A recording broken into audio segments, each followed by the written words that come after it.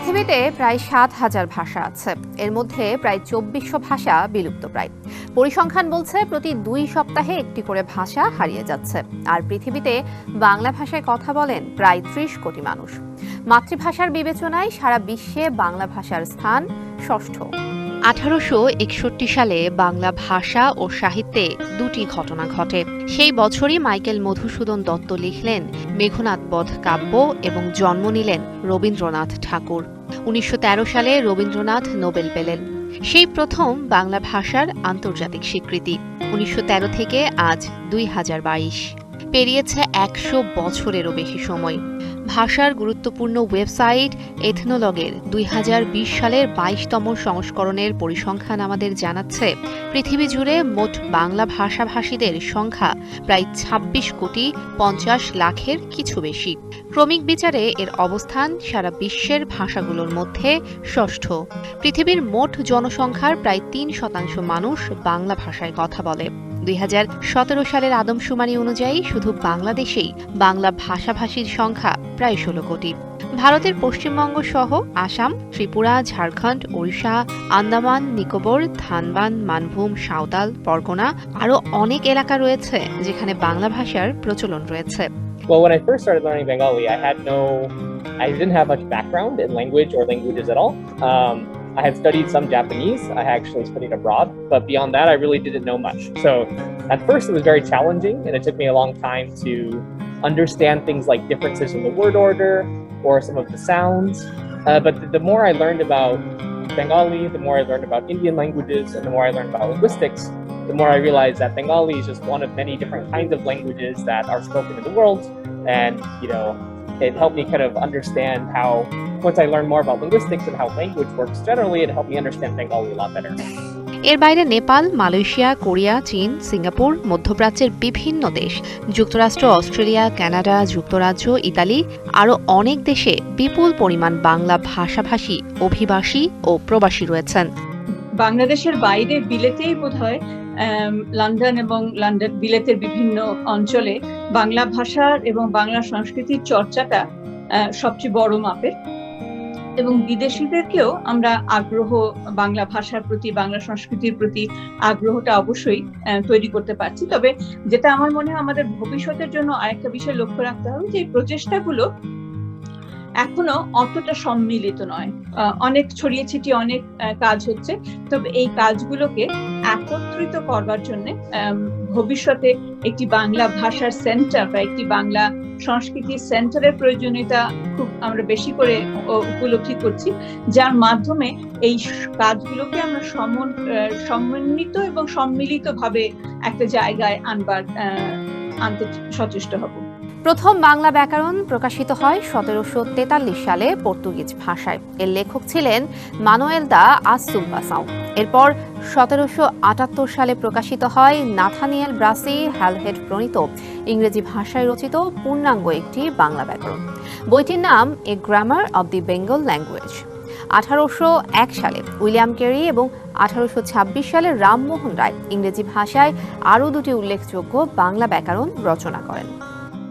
খ্রিস্টপূর্ব প্রথম সহস্রাব্দ থেকে বাংলায় হিন্দু ব্রাহ্মণগণ সংস্কৃত ভাষায় চর্চা করত, কিন্তু স্থানীয় বৌদ্ধরা প্রাকৃত ভাষার কোনো কোনো রূপে কথা বলত, যাকে ডক্টর সুনীতি কুমার চট্টোপাধ্যায় উল্লেখ করেছেন মাগধী প্রাকৃতের পূর্বরূপ বা ভ্যারাইটি হিসেবে। গুপ্ত সাম্রাজ্যের সময় বাংলা ছিল হিন্দু যাজক বা পুরোহিতদের জন্য সংস্কৃত সাহিত্যের একটি কেন্দ্র, যা স্থানীয়দের কথ্য ভাষাকে প্রভাবিত করে। প্রথম সহস্রাব্দে বাংলা যখন মগধ রাজ্যের একটি অংশ ছিল, তখন মধ্য ইন্দো আর্য উপভাষাগুলি বাংলায় প্রভাবশালী ছিল। এই উপভাষাগুলিকে মাগধী প্রাকৃত ভাষা বলা হয় এবং এর আধুনিক বিহার, বাংলা এবং আসামে কথিত হতো। এই ভাষা থেকেই অবশেষে অর্ধ মাগধী প্রাকৃতের প্রকাশ ঘটে। প্রথম সহস্রাব্দের শেষের দিকে অর্ধ মাগধী থেকে অপভ্রংশের বিকাশ ঘটে। সময়ের সাথে সাথে বাংলা ভাষা একটি স্বতন্ত্র ভাষা হিসেবে বিকশিত হয়। বাংলা ভাষা খুব মধুর ভাষা, এবং অনেকেই, যেমন আমার অন্যান্য জেলা বন্ধুরা, তারা বাংলা ভাষা না বুঝলেও যখন আমার মুখ থেকে বাংলা ভাষা শুনেন, তারা মনে করে, ও এই ভাষা শুনতে তো খুব ভালো। পৃথিবীর যে দেশেই বাঙালি গেছে সেখানেই বাঙালি সংস্কৃতি, সাহিত্য ও সাংবাদিকতাকে সঙ্গে করে নিয়ে গেছে। বাংলা সংবাদ মাধ্যমের পাশাপাশি সেখানে তারা বাংলা সাহিত্য চর্চাও করেছে। যতটা না বাণিজ্যিক উদ্দেশ্যে, তার চেয়ে এটা বেশি হয়েছে নিজেদের আত্মপ্রকাশের তাগিদে।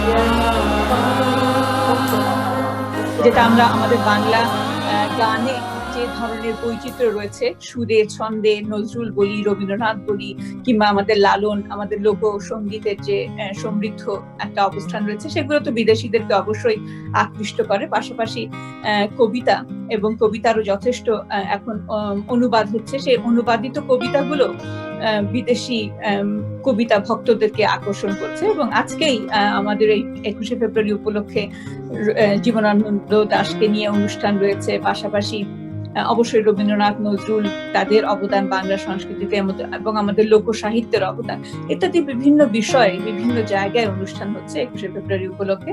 বাংলা ভাষার প্রতি আগ্রহের কারণে বিশ্বের অন্তত 6টি দেশে রাষ্ট্রীয় বেতারে বাংলা ভাষায় আলাদা চ্যানেল আছে। আরও 10টি দেশের রেডিওতে বাংলা ভাষায় আলাদা অনুষ্ঠান সম্প্রচার করা হচ্ছে। যুক্তরাজ্যে 6টি ও যুক্তরাষ্ট্রে 10টি বাংলাদেশি মালিকানাধীন ও বাংলা ভাষার টেলিভিশন চ্যানেল রয়েছে। 1991 সাল থেকে বাংলা ভাষা শেখা শুরু হয়েছে। ওই সময় আমি ঢাকা বিশ্ববিদ্যালয়ে আধুনিক ভাষা ইনস্টিটিউটে বাংলা ভাষা ডিপার্টমেন্টে ছাত্রী ছিলাম। বাংলাদেশে 3 বছর ভাষা শিখেছি। তারপর আন্তর্জাতিক বেতারে এত বছর ধরে বাংলা ভাষা চর্চা, বাংলা ভাষা নিয়ে অনুষ্ঠান প্রচার করি। বাংলা ভাষায় যুক্তরাজ্য থেকে মোট 12টি সাপ্তাহিক পত্রিকা বের হয়। বেতার বাংলা নামে সেখানে একটি বাংলা রেডিও স্টেশনও রয়েছে। ধূমকেতু, জন্মভূমি, প্রতিদিন, স্বদেশ বিদেশ নামে পাক্ষিক এবং মাসিক পত্রিকাও প্রকাশিত হচ্ছে। ইউরোপের ইতালিতে বর্তমানে 5টি বাংলা দৈনিক পত্রিকা এবং রোম ও ভেনিস শহর থেকে 3টি বাংলা রেডিও স্টেশন পরিচালিত হচ্ছে। ইতালি থেকে 6টি অনলাইন টেলিভিশনও এবং ব্যক্তিগত উদ্যোগে শতাধিক ফেসবুক টেলিভিশন চালু রয়েছে। এছাড়া ডেনমার্ক, সুইডেন সহ ইউরোপের 8টি দেশ এবং মধ্যপ্রাচ্যের 6টি দেশ বাংলা ভাষায় মুদ্রিত ও অনলাইন পত্রিকা প্রকাশিত করে। বিশ্বের 4 মহাদেশের 30টি দেশের 100 বিশ্ববিদ্যালয়ে বাংলা ভাষা, সাহিত্য ও সংস্কৃতি নিয়ে গবেষণা ও চর্চা হচ্ছে। এছাড়া চীনা ভাষায় রবীন্দ্র রচনাবলীর 33 খণ্ডের অনুবাদ থেকে শুরু করে লালনের গান ও দর্শন ইংরেজি ও জাপানি ভাষায় অনুবাদ হয়েছে। যুক্তরাষ্ট্রের মেরিল্যান্ড বিশ্ববিদ্যালয়ে বাংলা ভাষার অর্থ প্রকাশে মনস্তত্ত্বের ভূমিকা নিয়ে কাজ করছেন ডাস্টিন আলফান্সো চাকুন। তিনি কথা বলেন ডিবিসি নিউজের সাথে, তুলে ধরেন নিজের অভিজ্ঞতার কথা। So I first started learning Bangla because one of my best friends in school, her family was from Bangladesh. She was Bangladeshi American, but her family spoke Bengali at home. And I became very interested in just how the language worked from hearing my friend speak with her brother and her family. And I bought some books online. I really didn't know anything about what I was getting into, but I really fell in love with the language very early. And then after my interest in Bengali, I started pursuing a career in linguistics, and that really kind of deepened my love for the languages of for Bengali, but also for the language of India generally. Yeah, so my interests are mostly in syntax and semantics. So my interests are in how we put words together to create more complex thoughts, and how the order of the words and the structure of the words that we build create meaning, right? So a lot of my research looks at how the brain and the mind processes structures of sentences and how it draws meaning from those structures. And we think that those systems are basically universal across languages, but every language poses its own interesting challenges or its own interesting algorithmic problems that need to be solved. So I'm primarily interested in syntax and semantics. Got to do masters in linguistics from Jadavpur, and there was no looking back since then. I've been actively pursuing psycholinguistics research from Jadavpur University, and now I'm currently a research assistant in Queen Mary University of London. which has a project running on morphological decomposition of Bangla, and I am working with Dustin on that project. Yes, so like Dustin mentioned, my primary interest is also in semantics and syntax. But additional to that, right now my project is based on how Bangla words are processed and interpreted in our brains, and which brain regions are responsible for interpretation and processing of the Bangla words. So that is something that me and Dustin are actively pursuing, and we use neurophysiological means like EEG, magnetoencephalography, fMRI to locate these regions in the brain for Bangla speakers, and by extension universally for all languages. বাংলাদেশের সীমানা ছাড়িয়ে বাংলা ভাষা ও সংস্কৃতির academic চর্চা বিশ্বজুড়ে বাড়ছে।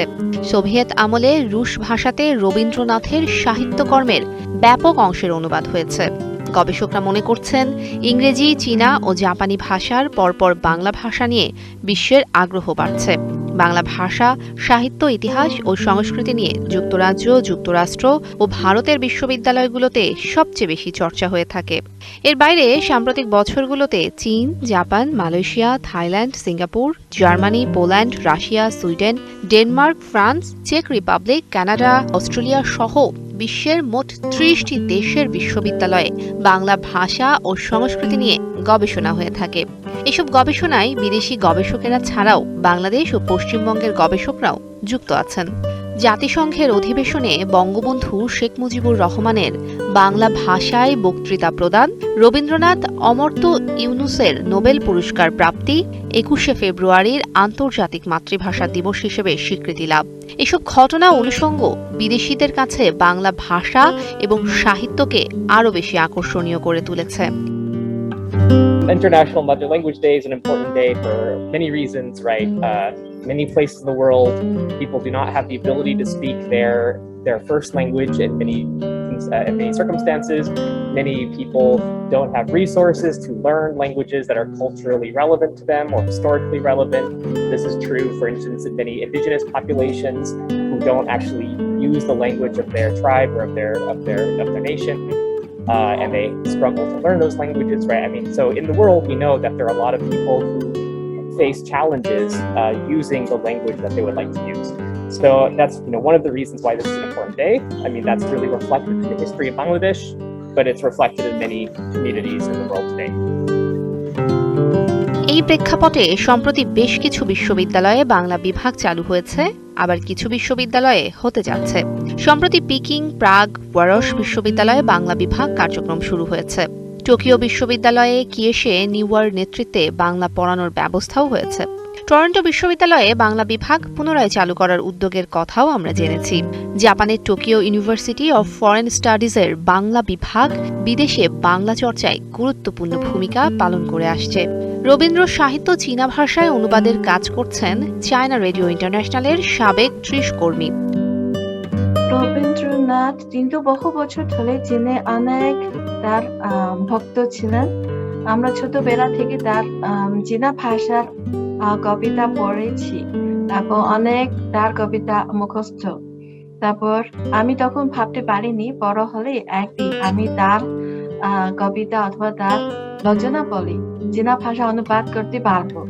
এটা ভেবে আসলে নিজেকে খুব ধন্য মনে করি। আমরা তো 2010 সাল থেকে 2015 সাল পর্যন্ত 5 বছর ধরে আমি এবং আমার চীনা সহকর্মী একসাথে আমরা রবীন্দ্রনাথ রচনাবলীর 18 খণ্ডের রচনাবলী চীনা ভাষা অনুবাদ করেছি।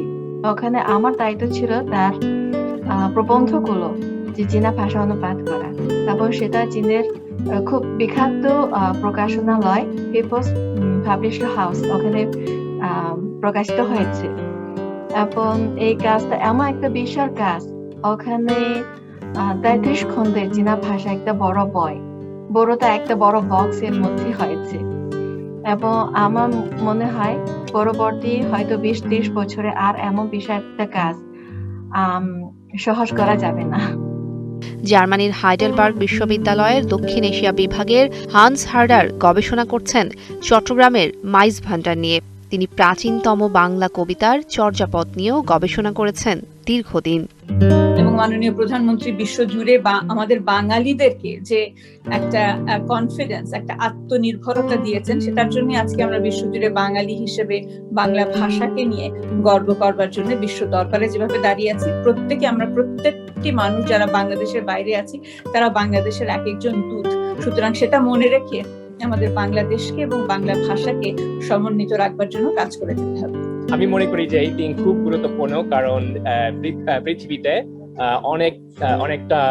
অনেকটা লোক আছে যে যাদের নিজেদের ভাষা ব্যবহার করতে পারে না। আর that's all I can say. আন্তর্জাতিক মাতৃভাষা দিবস শুভেচ্ছা। নমস্কার, অনেক অনেক অভিনন্দন ও শুভেচ্ছা এই আন্তর্জাতিক মাতৃভাষা দিবসের জন্য। আমি এজ এ কলকাতা নিবাসী ভারতের তরফ থেকে বাংলাদেশকে এই দিনের জন্য অনেক অনেক শুভেচ্ছা।